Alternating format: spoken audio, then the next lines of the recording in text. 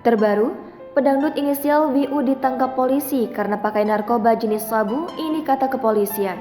Seorang penyanyi dangdut wanita berinisial V atau WU diamankan polisi kasus narkoba. Ya, kabar terkait artis terjerat kasus narkoba memang bukan yang pertama kali. Sebelumnya, sudah sering kabar mengejutkan terkait artis terjerat kasus narkotika. Sementara itu, Kabid Humas Polda Metro Jaya Komisaris Besar Polisi Endra Zulpan mengungkapkan VU ditangkap karena penyalahgunaan narkoba jenis sabu. Meski begitu, Zulpan belum menjelaskan lebih rinci soal penangkapan VU ini. Ia hanya menyebut bahwa VU ditangkap bersama dengan seorang pria. Sementara itu, Kapolres Metro Jakarta Selatan Komisaris Besar Budi Hardi Susanto juga mengonfirmasi penangkapan penyanyi berinisial VU karena narkoba.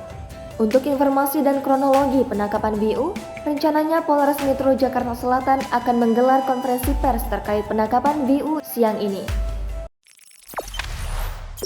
Jangan lupa subscribe, share, komen, dan like ya!